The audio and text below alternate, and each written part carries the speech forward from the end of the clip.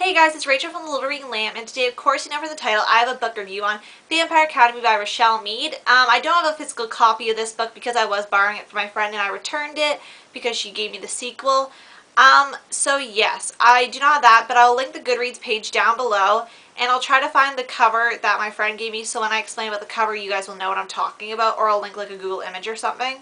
But anyway, we're going to get into it. I have my agenda here, so if I look down or over, that's what I'm looking at. And that is where I've kept score for the categories. And if you're new to my videos or just need a refresher, I rate my books in 5 different categories: plot, characters, cover, suspense, and overall in terms of read again very soon. 5 to 5, not so soon.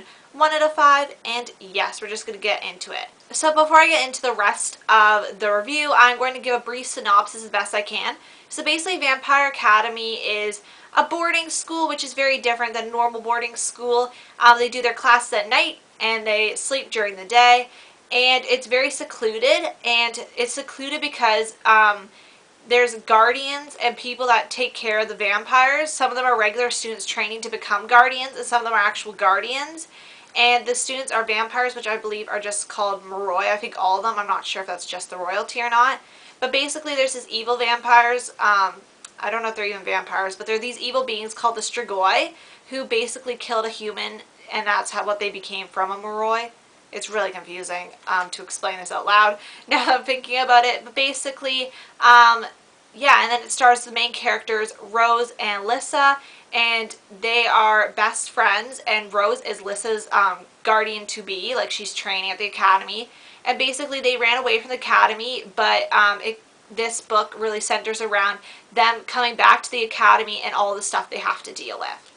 So I didn't think I was going to like this book personally. If you're new to my channel, you won't know that I'm not a big fan of paranormal books. After I read the Twilight series, even reading the Twilight series, I wasn't a big fan of the vampire, werewolf, paranormal aspect or supernatural aspect or whatever. So sometimes I don't really pick those books up by choice because I'm not a giant fan of them. Like ghosts and stuff are fine, but vampires and werewolves are kind of like, it kind of makes me nervous because I don't know if I'm going to like it or not or be able to get into the book. But I was actually really surprised. My friend had been bugging me since probably grade 7 to read this, and now I'm in first year university, so it's been quite a while she's been bugging me because it's her favorite series. And as you guys may have known, the movie came out this year, and I was going to see it with her, and I said if I liked the movie, I'd give the book a shot. And I'm really happy I liked the movie because the book was surprisingly really good, and I was actually surprised by that. I heard it was really good, but like, for me to like it because not being a fan of paranormal. But it really reminded me of just a contemporary with paranormal people, honestly. So plot, I gave it a 4.5 to 5 for that reason. Even though, and the book and the movie are very closely, like, from reading the book, I knew what was going to happen next because the movie, it was a very good book to movie adaptation for being really good with the plot. So I gave it a 4.5 to 5 because I really enjoyed it, even though I knew what was going to happen because of the movie, because my friend said it was really close before I started reading it. I found it was still just as good, and I really liked Richelle Mead's writing, which also like made it really good. The only 0.5 I get off was sometimes it was a little bit confusing, and sometimes it was a little bit dry. So characters, I gave a 5 out of 5. I absolutely love the characters of Rose and both Lissa. Loved their characters so much. Rose's lines, like, she's really funny with her lines and how she's tough and stuff. It's just the wittiest remarks back at the people that made me laugh really hard. But I liked all the characters. I especially liked Christian, Lissa, and Rose. Those were probably my 3 main characters that I really liked, and I really liked Mason's character too. So cover, I give a 1 out of 5. Now, you guys won't be able to see the cover because I don't have the physical copy, but it is the one where there's kind of like a academy looming over, and it's the girl, and she's kind of like, I think, tilted kind of over the front, and I know she's wearing like, I think, a halter top, I believe. I cannot quite remember. And it's like reddy, gray, black, a cover.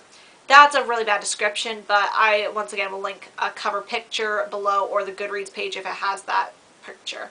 But yeah, I gave it a 1 out of 5 because when I saw that cover in the bookstore, because I was in, like, I was always a reader, so, you know, I was always around the bookstores.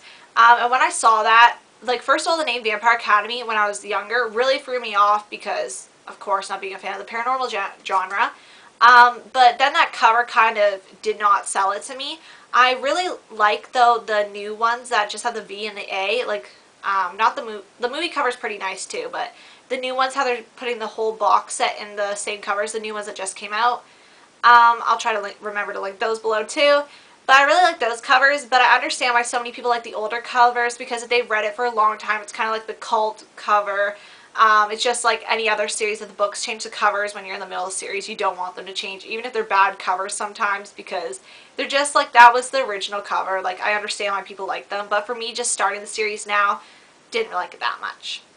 So for Suspense, I gave it a 4 out of 5. I really liked the suspense in this. It was a good pacing. It was sometimes, as I said before, a little dry in certain parts, but for the most part, a really good pacing. And considering I knew a lot what happened in the movie to the book, it was still pretty suspenseful. And I think Richelle Mead's writing really contributed to that. How she writes, it kind of seemed almost like a contemporary book with supernatural, and how she writes, it didn't seem like overly supernatural, like it was being thrown in my face.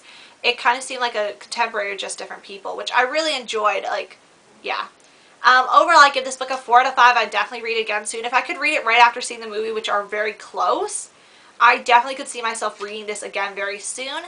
Currently, I'm reading the second book, which I believe is called Frostbite. It's behind me. Yes, it is called Frostbite. And yeah, so this has been my review on Vampire Academy, and my question to you guys is, what did you guys think of Vampire Academy? Did you love it? Did you hate it? Let me know in the comments below. And I want to thank you guys so much for watching, and I'll see you guys later. Bye!